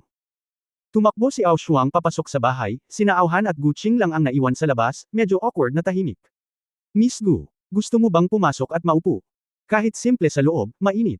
Saglit na nagpigil si Auhan bago nagtanong. Saglit na nag-alinlangan si Guqing, ngunit umiling pa rin at sinabing, hindi pa, ipaalam sa napakaraming tao na narito ako, at kung ipagkalat ko ito, malalagay ako sa gulo. Pagkatapos magsalita ng ilang salita ng pag-aalala, nagsuot si Guqing ng belo. Nakasuot ng kapa at hood, tumalikod siya at naglakad palabas ng bakuran. Pinisil ni Auhan ang pitaka na may pabango sa kanyang kamay, at pagkaalis ng babae, ibinaba niya ang kanyang ulo para amuyin ito. Sa himpapawid, tahimik na pinanood ni Yefan ang lahat, at ang kanyang isip ay puno ng mga iniisip. Itong Guqing, ano ang pinanggalingan, at paano ka napunta sa ilang? Sino itong binata na nagngangalang Auhan? Ang Xuanyuan Sacred Body, Half-Step Longevity, ay mas malakas kaysa sa Xuanyuan Academies no? Isang ying mo. Dahil siya ay isang karaniwang tao, siya ay dapat na mula sa Dasheng Public School. Karakter. Gayunpaman, ang pinakakawili-wiling bagay para kay Yefan ay ang si Auhan na ito ay lihim na nasa likuran niya, inaamoy ang supot ng pera ng babae. Sakto namang nakikita ito ng kapatid niyang si Ao Shuang, kaya hindi ko siya masisi, ganoong babae, karamihan sa mga lalaki ay dapat magustuhan. Tumingin si Yefan kay Guqing, na aalis, at ang babae ay mabilis na bumalik sa Kayanfang pagkatapos ng isang tiyak na distansya. Malinaw, sa harap ni Auhan, hindi niya ipinakita ang kanyang pagkakakilanlan bilang isang cultivator. Pinag-isipan ito ni Yefan saglit, at naramdaman niyang hindi siya dapat mag-alala tungkol dito. Ano ang kinalaman ng mga taong ito sa kanya? Umiling si Yefan, lumipad pabalik sa tirahan ng Hao. Kinaumagahan. Natapos ni Yefan ang pagbabasa ng isang medikal na libro, at nagplanong pumunta sa bakuran ni Su Qingzhou bago pumunta sa akademya upang tingnan kung gising ang babae, para sabay silang mag-almusal. Ngunit pagdating ko sa labas ng ospital, nalaman kong nandoon nga pala ang senior brother. Kabanata 1957. 1957 oo. Dinidistansya ni Fan at nakinig sa labas ng dingding ng courtyard. Junior sister, okay ka lang ba talaga? Tanong ng lalaki na may matinding pag-aalala. Ito ay, okay. Senior kapatid, ano ang nangyayari sa iyo? Puro dumi ang katawan mo, bakit mo tinatanong sa akin yan? Medyo nagulat si Su Qingzo. Ang lalaki, Senior kuya. Sinabi ko sa iyo, huwag mong tawaging ganyan ang iyong asawa ko siya, mataimtim na sabi ni Su Qingzo. Okay. Nakita kong lumabas si Fan mag-isa sa gabi, kaya sinundan ko siya dahil sa curiosity, ngunit biglang lumitaw ang isang master sa gitna ng kalsada. Ako ay hindi nang ahas na ilabas ang aking tunay na diwa sa lungsod, ngunit siya ay inatake mula sa likuran at nawala ng malay. Oo. Nagising ako kaninang umaga at natagpuan ang aking sarili na nakabaon sa isang kagubatan sa labas ng lungsod. Akala ko hindi maganda para sa iyo pagkatapos may gustong lutisin ako, kaya nagmamadali akong tumakbo, pero ayokong istorbohin ka. Asawa lumalabas sa kalagitnaan ng gabi. Tapos, okay lang ba ang asawa ko? Sabik na tanong ni Su Qingzo. Siya, hindi ko alam, junior sister, talagang master ang taong iyon. Kailangan mong mag-ingat. Pakiramdam ko ay napakadelikado ng mansyon na ito. Bakit ka inilibing ng taong iyon, kuya? Hindi ko rin. Alam ko. Hindi ako pinatay ng taong ito, inilibing lang niya ako, kakaiba talaga. Sinabi ni Su Qingzo, marahil ito ay isang master, magsaya ka lang sa sandaling ito. Senior kapatid, binibigyang pansin mo rin ang kaligtasan, ako. Titingnan ko kung ano ang kalagayan ng aking asawa. Sa labas ng pader sa looban noong. Pumasok siya sa looban, nakatakas na ang nakatatandang kapatid, at tanging si Su Qingzo lamang ang nakatayo sa hagdan ng pinto. Asawa. Napangiti si Su Qingzo, bakit ka nandito? Lumapit si Fan, pinisil ang malamig na maliit na kamay ng babae, at sinabing, tingnan natin kung gising na ang aking prinsesa, hindi ko inaasahan na Majay gising na ako. Ngayon, maaga akong nagising at gusto kong lumabas para mamasyal. Ngumiti si Su Qingzo at sabay na tiningnan si Fan pataas at pababa, na parang sinusuri kong nasugatan si Fan. Napangiti si Fan sa loob, tumingin sa putik sa lupa, at sinabing, Xiaoshuo. Mukhang kailangan kong maghanap ng maid para sa iyo sa lalong madaling panahon. Walang naglilinis ng lupa dito, napakaraming putik. Oh, baka ang hangin dito sa gabi. Walang magawa si Su Qingzo kay Ye. Hindi naman nag-abalang basagin ito ni Fan, anyway, masasabi niyang nasa kanya ang puso ng babae. She is reluctant to tell some secrets, there is always her reason, just wait patiently. Dumating siya sa Xuanyuan Academy gaya ng dati, at naglakad hanggang sa library, napansin ni Fan na halatang nagbago ang mga mata ng maraming tao. Bawasan ang pang-aalipusta, higit na kuryosidad, at kahit iilan ay nagkusa ng umiti sa kanya. Tila ang kanyang mga kamakailang tula, mga tunggalian sa mga anting-anting ng jade, at operasyon ay kumalat at nagbago ng kanyang imahe. Nang makitang huling araw na ng 3 araw na yugto ng paghahanda, nakatanggap si Fan ng tawag mula kay Chu Yunyao, handa na ang babae, at bukas ng umaga, maaari na siyang pumunta sa palasyo para sa operasyon. Si Fan ay hindi nagmamadali, ang operasyon ay hindi hanggang bukas, kaya maaari pa rin siyang pumunta sa akademya upang magbasa gaya ng dati. Pagkatapos ng isang buong araw ng pag-aaral ng medisina, lumabas si Fan sa akademya at nakakita ng kotseng naghihintay sa kanya. Ang medyo hindi pamilyar na driver ay nakatayo sa tabi ng kotse na nakangiti at magalang na binati, munting marquee, mangyaring sumakay sa kotse. Oo. Sinulyapan ng Fan ang lalaking ito, bakit ka nagpalit ng tao ngayon? Hindi ba si Fu ang nagmaneho ng sasakyan para sa akin noon? Hindi maganda ang pakiramdam ni Fu ngayon, ako si Mo, ikaw ang sisunduan ko imbes na siya. Mo iniyuko niya ang kanyang ulo at ngumiti. Hindi na nagtanong pa si Fan, sumakay siya sa kotse at ikanaway ang kanyang kamay, let's go. Yumandar na ang sasakyan at mabilis na pinaandar ang daan. Pagkaraan ng ilang sandali sa pagmamaneho, tumingin si Fan sa paligid at sinabing, ito ba ang daan pabalik sa Marquee Mansion? Lumipat ba ito sa ibang direksyon? Little Marquee, ito ay isang shortcut, huwag mag-alala, hindi ka pupunta. Mali, nakangiting sabi ni Amo mula sa front driver's seat. Hindi na nagsalita pa si Fan, pumikit at sumandal sa upuan. Ilang sandali pa ay huminto na ang sasakyan. Little Marquee, narito na tayo, mangyaring bumaba. Medyo naging walang pakialam ang boses ni Amo. Iminulat ni Fan ang kanyang mga mata, tumingin sa paligid, at nalaman na ito ay isang monasteryo, ngunit tila ito ay matagal nang inabandona, at ang damo ay tinutubuan. Napakatahimik ng paligid, madilim sa mga sandaling ito, at walang dumating. Ano ang lugar na ito? Tanong ni Fan. Biglang nagpakawala ng napakalaking pressure si Amo, ito pala ang ika-6 na layer ng plastic spirit, halatang walang utusan ang magkakaroon nito. Bumaba ka na lang. Huwag kang magsalita ng kalokohan. Mabangis na sabi ni Amo. Bulong ni Fan sa kanyang puso, alam niyang may mali sa lalaking ito, at ngayon lang ay may nakatagong aura na nakapatay sa kanyang ngiti, ngunit curious siya sa mga nangyayari, kaya nagkunwari siyang hindi mahanap ang problema. Hindi na siya nagtanong, bumaba na lang ng sasakyan at napaka-cooperative. Huwag kang maglaro, dapat mong malaman, gusto kitang patayin ng isang yugto ng pagtatayo ng pundasyon, kasing dali ng palad mo. Itinuro ni Amo ang gusali sa tapat, pumasok ka. Nagpout si Efan at naglakad papasok sa templo, tumingin-tingin sa harap niya puro alikabok at nawala ang kulay ng estatwa ng Buddha. Nakita ko itong si Amo na tumapik ng ilang beses nang may ritmo sa kahoy na tabla sa harap ng rebulto ng Buddha. Longlong. Sa likod ng estatwa ng Buddha, dahan-daang inalis ang isang tile sa sahig na nagpapakita ng pasukan sa ilalim ng lupa. Bumaba ka. Malamig na sabi ni Amo. Lalong naging interesante ang pakiramdam ni Efan sa kanyang puso, dahil napansin niyang maraming hininga sa ilalim ng lupa na ito, ibig sabihin isa itong gang na gumagawa ng krimen. Bakit, kinikidnap si Xiao Haoye? Siya. Naglakad kasama ang mga hagdan ng bato patungo sa isang posisyong ilang dosenang metro sa ilalim ng lupa. Isang espasyo ng ilang daang metro ang lumitaw sa kanyang harapan. Pinaliwanagan ng sinaunang panahong bato ang lugar, at ang hangin ay napuno ng amoy ng mga halamang gamot. Nakita ko. Isang lalaking nakasuot ng pulang maskara ng apoy na totem at isang itim na damit, at 7 o 8 lalaki at babae na nakasuot ng turkesa na maskara at nakasuot din ng apoy na totem, na naghihintay doon. Itinulak ni Amo si Efan at mabangis na sinabi, "Anak. Lumuhad ka sa nakatatanda." Si Efan ay hindi gumalaw, tumingin sa kaliwa at kanan, at nalaman na ang taong may pulang maskara ay may pinakamataas na antas ng paglilinang, at siya ay may mahabang buhay. Ang iba ay nasa kaharian na humuhubog sa espiritu. Ang lakas ng grupo ng mga tao na ito ay napakahusay. Kung sila ay lokal, sila ay isang napakalakas na puwersa, ngunit sa imperial na lungsod, ito ay hindi nakakagulat. Mabahong bata, naririnig mo ba akong nakaluhod? Nang makitang tahimik si Efan. Walang awan na kilos si Amo. Ngunit ang lalaking nakasuot ng eskarlata na maskara ay nagtaas ng kanyang kamay, at isang namamaos na boses ang nagsabi, "Hindi na kailangan, huwag kang masyadong malupit sa naghihingalong tao, yeah." Ngumiti si Fan at sinabing kakaiba, "Ano ang ibig mong sabihin, lumapit ka sa akin, sinusubukan mo bang patayin ako?" Baka naghiganti sina Zhou Qi at Gao Ling. Manahimik ka. Paano gagana ang Washu sect natin para sa clan? Huwag mo akong insultuhan. Saway ng isang lalaking naka-blue mask. Oo. Sumimangot si Fan, Hua Zuman. Ano ba yan, hindi ko pa naririnig yan dati. Hindi na kailangang sabihin pa, Chuanwu, pumunta ka at bigyan ng treat si Ye Xiao Haoye, sabi ng lalaking pula ang mukha. Oo. Matanda. Ikinulong ng lalaking may cyan mask ang kanyang mga kamay at naglabas ng isang matalim na maikling kutsilyo mula sa storage bag, na mukhang sandata na nagustuhan ng mga barbaro.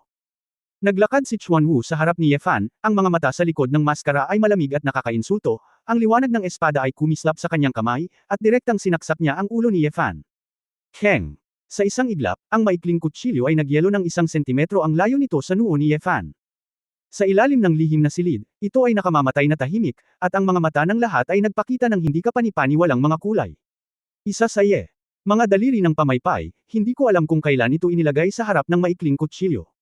Simple, direktang hinarang ng dulo ng hintuturo ang tila mabilis na kutsilyo. Kabanata 1958 Flame. 1958. Ito, si Chuanwu, na tumutusok gamit ang isang maikling kutsilyo, ay puno ng pagkabigla, paano ito posible? Ang talam sa Scarlet Real Element Ring ay biglang tumaas sa kapangyarihan. Pumunta ka sa impyerno. Sigaw ni Chuanwu, ngunit ang mga kalamnan ng isang braso ay naninigas at nanginginig pa. Gayunpaman. Gaano man niya ibigay ang lahat ng kanyang lakas, ang isa sa mga daliri ni Efan, tulad ni Optimus Prime, ay nakatayo sa harap ng kanyang kutsilyo. Sa secret room, hindi maintindihan ng ibang tao sa Washu sect kung ano ang nangyayari. Hindi ba ibig sabihin na ang basurang ito ay nasa foundation building stage pa lang? Paanong ang katawan lamang ang makakahadlang sa pag-atake ng ika-6 na patong ng plastik na kaluluwa? Naramdaman ni Chuanwu na napahiya siya, at binawi lang niya ang kutsilyo, binago ang anggulo, at sinaksak ang puso ni Efan. Ding! Hinarang muli ng kanang kamay ni Efan ang kutsilyo na parang kidlat. Sa pagkakataong ito, napalitan ito ng 2 daliri, at mariing naiipit ang dulo ng kutsilyo. Hoy, magsalita ka ng maayos, hindi ba? Oo. Ngumiti si Fangxi, bumagsak ang kanyang boses, at pamitik ang kanyang mga daliri. Keng. Isang malutong na tunog, nakita ko ang ulo ng pinong bakal na maikling kutsilyo, isang talam na putol agad. Sa lalong madaling panahon, ang Mobei Qian Saber ay kayang humawak ng 1,000 jin. Paano masisira ng batang ito ang talam gamit lamang ang kanyang mga daliri? Si Chuanwu, ang lalaking may sable, ay itinuwid ang kanyang mga mata nang makitang ang kanyang sable ay tinusok ng 2 daliri. Broken, it's hell. Ikaw, natigilan si Chuanwu at umatras ng isang hakbang. Ngunit si Yefan ay humakbang pasulong, hinawakan ang natitirang kalahati ng talim gamit ang kanyang kanang kamay, at pinisil. Kakaka. Nabasag ang talim ng pulgada at nahulog sa lupa, habang ang kamay ni Yefan ay nag-iwan lamang ng ilang puting marka. Sa sobrang takot ni Chuanwu ay napaupo siya sa lupa at tumangala kay Yefan na parang halimaw. Naramdaman din ng isang grupo ng mga tao mula sa Washo sect ang tibok ng kanilang puso. Para silang kaharap ng isang malaking kalaban, tumingin sila kay Yefan ng may matinding pagbabantay. Oo. Bahagyang ngumiti si Fan sa kanila at inilahad ang kanyang mga kamay, huwag kayong kabahan, I am very reasonable. Sabihin mo lang sa akin kung saan nanggaling ang huwagsimen mo, at bakit mo ako muling pinapatay. Kung may hindi pagkakaunawaan, baka hindi mo na kailangang mamatay. Ang pula. Nagpakita ng masalimuot na tingin sa kanyang mga mata ang mukha na elder, hindi ko inaasahan na ang munting marquis ng mansyon ni Zhenbei Hao, na palaging itinuturing na basura, ay naging isang hidden master. Tiyak na ang mga tao ng angkan ay magaling sa intriga, at maaari nilang itago ito. Napakalalim. Bakit parang galit ka sa mga angkan? Ayoko talaga ng mga clan, kaya siguro pwede pa tayong mag-communicate. Nakangiting sabi ni Yefan. Humph. Sino ang papatay sa USA, hindi ko pa alam. Munting Marquis, dahil nandito ka, hindi ka namin maaaring payagang makalabas ng buhay. Ang pula. Ang mukha ng matanda ay hindi ibig sabihin na magpaliwanag, at iwinagayway ang kanyang kamay, bitag siya. Mabilis na kumilos ang isang cultivator na may asul na mukha at pinalibutan si Yefan. Kasabay nito, ang lahat ay naglabas ng isang octagonal magic weapon, at pagkatapos ay activate ang tunay na essence, ang itim na octagonal magic weapon ay direktang naglabas ng red light beam. Ang 8 kulay pulang light beam ay naging 8 lubad, na direktang sumasabit kay Yefan. Oo. Lumipat si Fan at nalaman niyang parang hindi siya makakawala sa mga lubad na nabuo ng mga escarlata na aura na ito.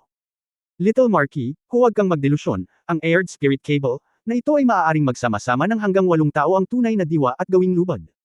Kahit na ipinanganak ka na may banal na kapangyarihan, hindi ka makakatakas. Ang pula. Mukhang matanda ay humakbang pasulong.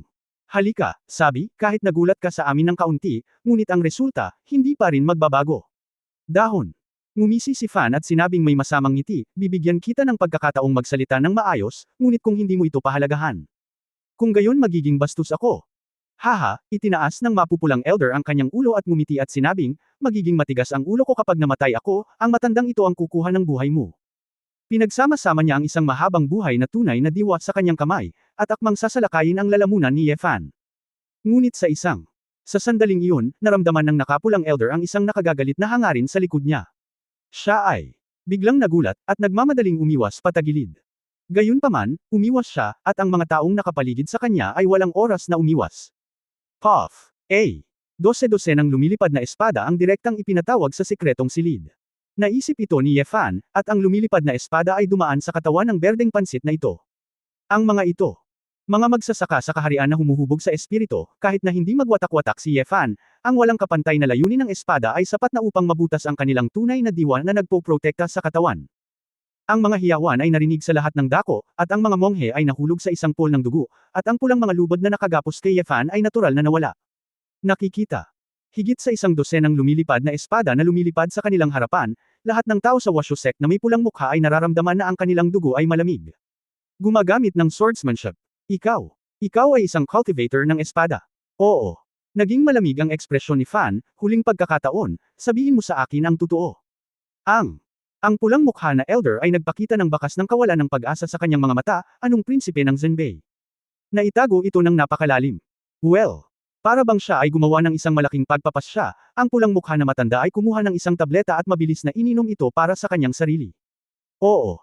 Kumunot ang noo ni Fan, nagtataka lang kung ano ang ginagawa ng lalaking ito, ngunit bigla niyang napansin na biglang tumaas ang pressure ng red-faced Real Yuan Force. Ito ay parang pagpunta mula sa ikalawang antas ng mahabang buhay hanggang sa ika-4 na antas ng mahabang buhay. Bagamat nasa larangan pa rin ito ng mahabang buhay, tiyak na hindi ito isang bagay na makakamit sa maikling panahon ng paglilinang. Mabuting tao, nagawa niyang sapilitang dagdagan ang kanyang paglilinang gamit ang gamot. Napakahusay ng gamot na ito. Huaximan, ano ba ang nangyayari? Pula. Ang mga kalamnan ng nakatatandang Mian ay namamaga, at ang isang parang apoy na True Essence ay nagniningas, tumuntong sa kanyang mga paa. Ang bato ay nabasag, at ang Longevity True Essence ay namuo at nagtipon, na sumasakop sa kanyang buong katawan. Kung ito ay nasa Earth, ang immortalidad ay sapat na upang baguhin ang sitwasyon. Gayunpaman, ang konsentrasyon ng espiritual na enerhiya sa sinaunang panahong mundo ay napakataas, na magpapataas ng paglaban sa tunay na kakanyahan. Ito ay tulad ng pagpapasabog ng bomba sa hangin, at pagpapasabog nito sa tubig, ang epekto ay lubhang iba. Sa prehistoric na mundo, kung hindi mo maabot ang kaharian sa itaas ng Tianzan, ang epekto ng labanan sa nakapaligid na kapaligiran sa pangkalahatan ay hindi mayayanig ang lupa.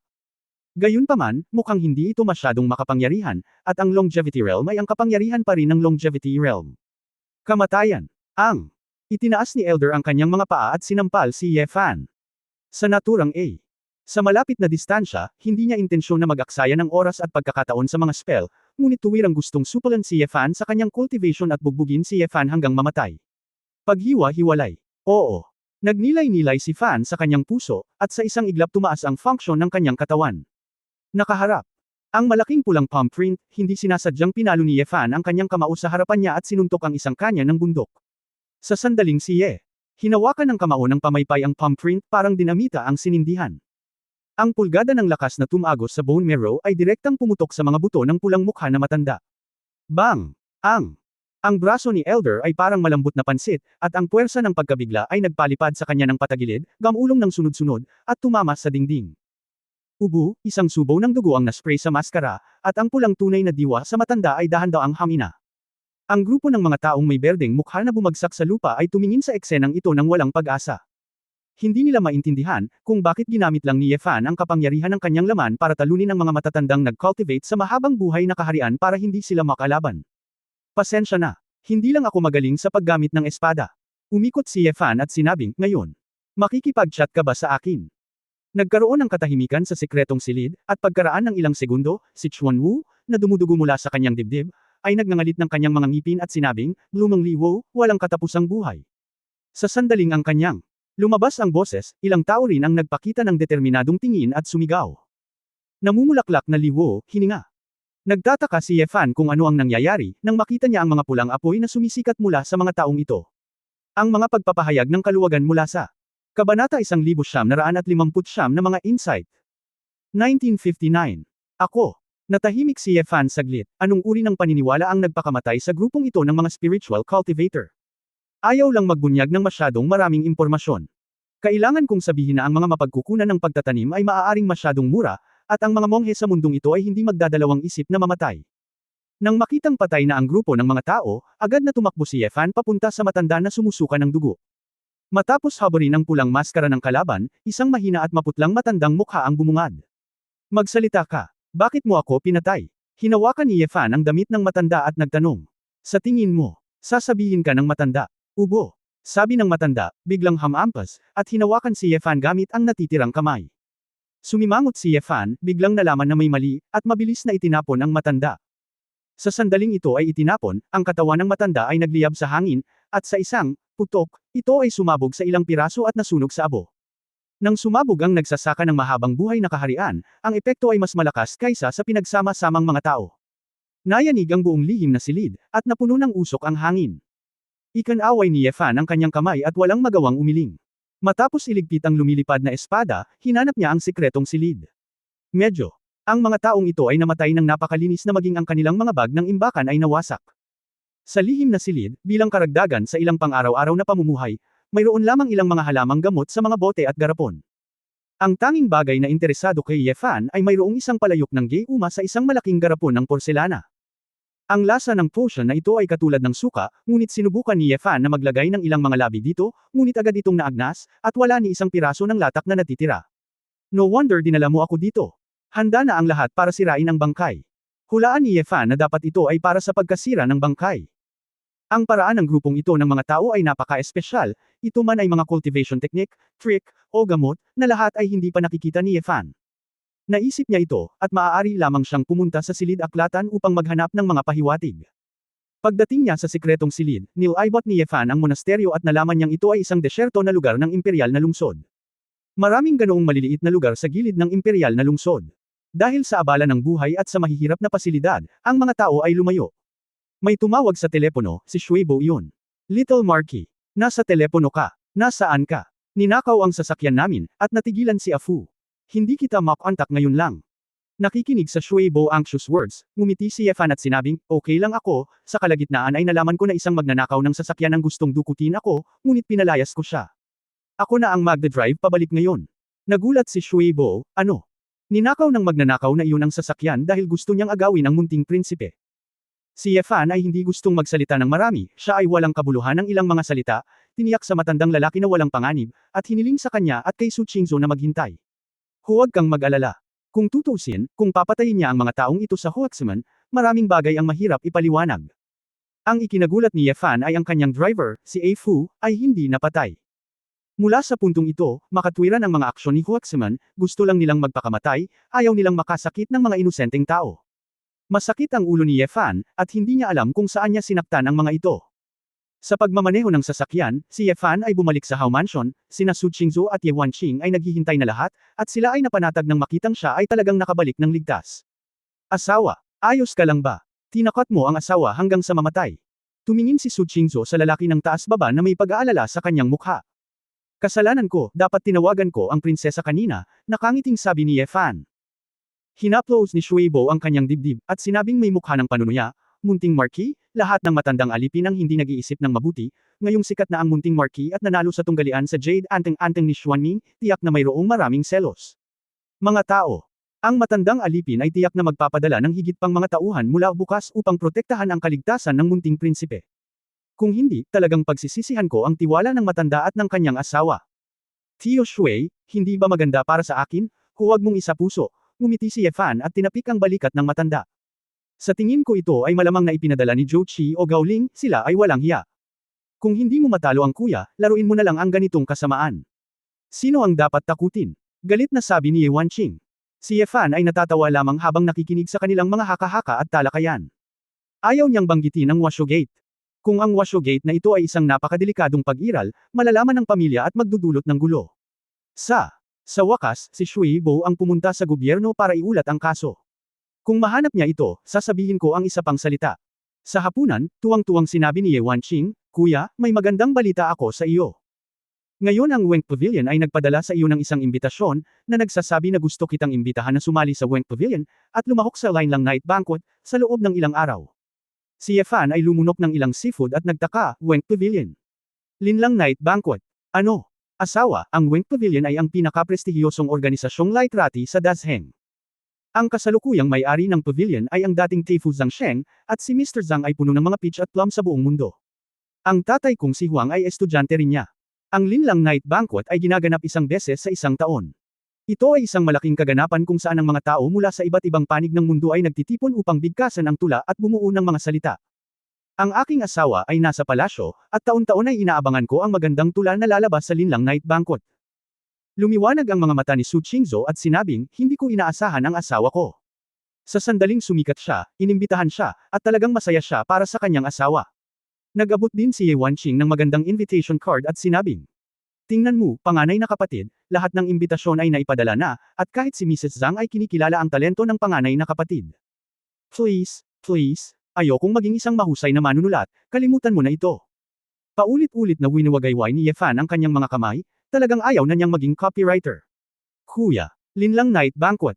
Kahit na may kapangyarihan ka, hindi ka basta-basta makakapasok. Kahit mabait ka, dalhin mo kami para makita at makita. Mukhang nanlumo si Ye Wanqing, ito ang unang pagkakataon na ayaw kong makita ito. Sikat. Umiling pa rin si Yefan, kung hindi ako pupunta, mahalaga ang negosyo, kailangan kong pumunta sa kolehiyo para mag-aral. Ikaw, hindi mo tinitingnan kung gaano kalaki ang inaasahan ng aking hipag, hindi mo ba naiisip ang aking hipag? Pinag-iisipan ito ni Princess Sister-in-law, sa wakas ay nagkaroon ako ng pagkakataong bisitahin ng personal ang eksena, ngunit ayaw mo man lang magpalipas ng buong gabi, ngumuso si Ye Wanqing. Natigilan si Yefan saglit, pagkatapos ay tumingin kay Su Qingzhou, at nakita ang pagkawala sa mga mata ng babae. Ngumiti si Su Qingzhou at umiling, ayos lang, asawa, alam ng concubine na hindi mo gusto ang maarte na estilo, kaya kung hindi ka pupunta, hindi ka magagalit. Tsaka malamig, at kung magdi-dinner ka sa gabi, baka lalamigan din ang concubine mo, o mas maganda kung hindi ka na pumunta. Hindi na kayanan ni Yefan ng ilang sandali, iniisip ito, kung ito ay isang malaking bagay, kumain lamang at huwag magsulat ng tula. Girl, sigurado ka bang mapapasok mo ang hipag mong prinsesa? Tanong ni Yefan kay Ye Wanqing. Tuwang-tuwa si Ye Wanqing at mariing tumango, oo. Bawat literati na kalahok sa kumperensya ay maaaring magdala ng 2 tao sa venue, dahil kadalasan ay may kasamang mga babaeng lalaki at dalaga. Napabuntong hininga si Yefan at tinapik ang imbitasyon. Okay, kunin mo para sa akin. Dadalhin kita para makita at makita. Kabanata 1960 Ye Weiyang. Noong 1960. Nang makita si Ye Fan na sa wakas ay sumuko at sumang-ayon, si Ye Wanqing ay tuwang-tuwa at agad na tinanggal ang imbitasyon. Nagpakita rin ng pag-asa si Su Qingzhou, ngunit pagkatapos ay nag-isip siya ng mas mahalagang bagay, at sinabing may pag-aalala, asawa, bukas ay pupunta ka sa palasyo para operahan si Shaoer. Maayos ba ang lahat ng paghahanda? Oo. Gumaan ang loob ng Fan said, huwag kang mag-alala, hintayin ang aking magandang balita. Well, asawa, kumain ka pa. Si Su Qingzhou ay hindi na nagtanong pa, at nagsilbi kay Ye Fan ng mga gulay ng may pag-iisip.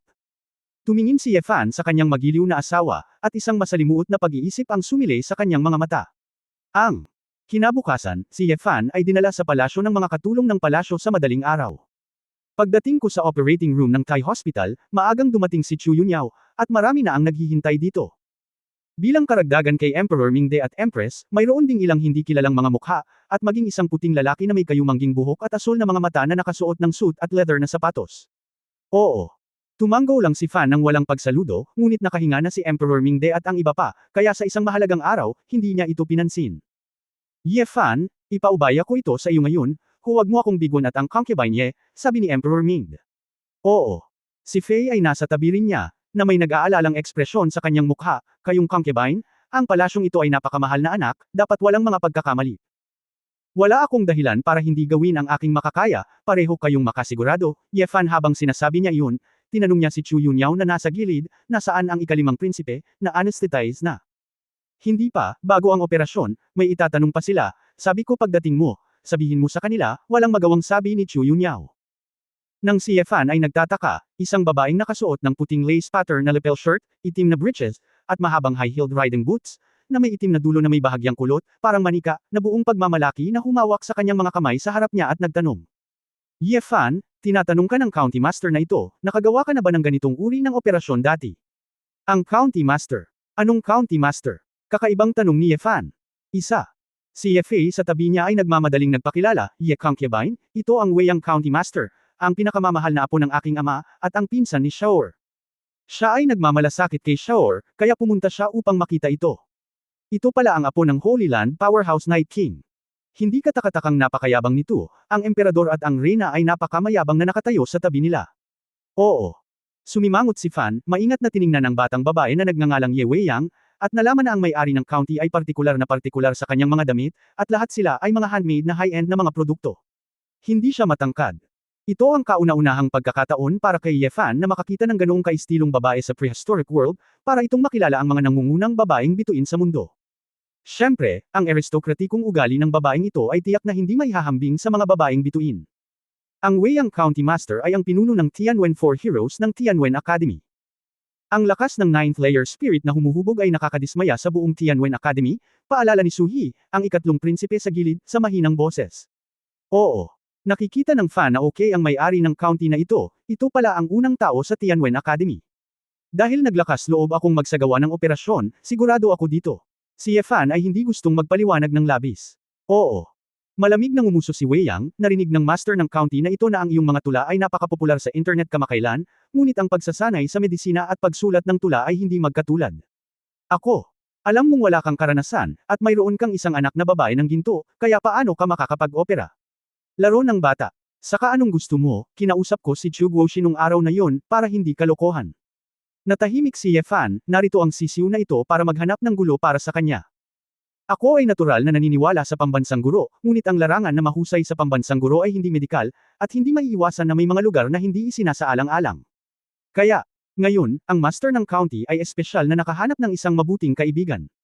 Oo. Iminuwestre ni Weiyang ang dayuhang katabi niya, ito ang espesyal na sugo ng Odin Empire sa ating imperial na lungsod, Mr. Belvedere. Siya. Nag-aral sa medikal na paaralan sa Odin Empire, at nagbukas din ng maliit na negosyo sa kanluran sa ating imperial na lungsod. Ospital. Sinabi niya na ang sakit ni Shaoer ay hindi magagamot sa pamamagitan ng operasyon, at gusto niyang magtanong sa iyo ng ilang mga katanungan. Kung makukuha mo ang pag-aproba ni G. Belvedere, mapagkakatiwalaan ka namin. Natigilan si Ye Fan. Sandali. May diplomatikong relasyon pa pala ang Odin Empire at Dasheng Dynasty. Ang lalaking ito ang ambasador. Ito. Mukhang medyo gusto ni Ye Weiyang ang mga kulturang kanluranin, kaya nakaistilong nagbihis siya. Ikaw concubine, hello. I'm Belvedere, I meet you for the first time, please forgive me kung na-offend kita. Magalang na binati ni Belvedere si Ye Fan, ngunit medyo mapanlate pa rin ang mga mata niya. Iniunat niya ang kanyang kamay. Natigilan si Belveda, at pagkatapos ay nakipagkamay kay Ye Fan, na may bakas ng pagkagulat sa kanyang mga mata. Itong batang ito, nakalimutan na natin ang kagandahang asal ng dakilang ekspedisyon, paano pa natin matututunan ang kagandahang asal ng Imperyong Odin? Nakangiti na si Emperor Ming. Sinabi ni Ye Fan, kung mayroon kang anumang mga katanungan, mangyaring magtanong ka agad. Tumango si Belvedere, at nagsimulang mag-isip habang nagtatanong, ito ang kaso. Ang sakit ng ikalimang prinsipe, kung kailangan ng operasyon, ang balbula ng aorta ay dapat kolektahin. Nang marinig ang pagkatisod, medyo mahirap na ekspresyon ni Belvedere, tinanong lang ni Ye Fan si Chu Yunyao, anong wika ang sinasalita ng Odin Empire? Halos sinaunang Latin, ilang salitang Germanic, sabi ni Chu Yunyao. Ye. Tumango ang Fan, bahagyang naalala, at agad na sinabi sa Latin, hindi mo kailangang isalin ang mga profesional na termino sa wikang dasheng, sabihin lang gamitin ang iyong sariling wika upang makatipid ng oras. Bagaman sa Earth, ang Latin ay karaniwang pinagkadalubhasaan lamang ng ilang mga clerigo, ngunit para kay Ye Fan, ang pag-aaral ng sinaunang wikang ito ay hindi nakaka-stress. Matapos sabihin ang wika ng Odin Empire, ang lahat ng maharlikang pamilya sa Taiyuan Hospital ay tumahimik at tumingin kay Ye Fan ng may pagtataka. Saglit ding natigilan si Belvedere, at napabulalas, Diyos. Kayong concubine, alam mo talaga ang aming wika. Ang buong Dasheng Imperial City, hindi hihigit sa 10 tao ang natuto ng ating wika, at ang Weyang County Master ay natuto mula sa akin ng 3 beses. 9. Wala sa iyong pamantayan ang pagbigkas. Kanino mo ito natutunan? Oo. Hindi napigilan ni Fan na matawa, wala kang pakialam kung kanino ako natuto, wika lang, kung may tanong ka, magtanong. Kumislap ang maliwanag na mga mata ni Ye Weyang. Medyo kakaiba ang pakiramdam. Hindi lang. Siya, si Emperor Mingde at ilang mga prinsipe din lahat ay may mga mata na nagniningning. Natuklasan nila na ang talento ng concubine Ye na ito ay higit na hindi maarak kaysa alam nila. Sa katunayan, alam din ng maraming tao na ang pag-aaral ng wika ng Odin Empire ay hindi masyadong mahirap, ngunit tiyak na nangangailangan ito ng oras at lakas. At ang pag-aaral ng mga banyagang wika, kadalasan, ay hindi isang napakakapakipakinabang na kasanayan sa sinaunang panahong mundo, kaya karamihan sa mga monghe ay hindi gumugugol ng oras at walang pasasalamat upang matuto ng mga wikang banyaga. Gayunpaman, pagdating sa mga diplomatikong isyu sa Odin Empire, ang isang taong nakakapagsalita ng wikang banyaga ay magiging lubhang kapakipakinabang. Ito rin ang dahilan kung bakit labis na nagmamalasakit si Emperor Mingde at iba pang miyembro ng royal family sa kakayahan ni Ye Fan na magsalita ng mga banyagang wika. Ang korte ay lubhang nangangailangan ng gayong mga talento. Ang paghamak sa Belvedere. Pagtatapos ng kabanatang ito. For more updates, click on the notification bell.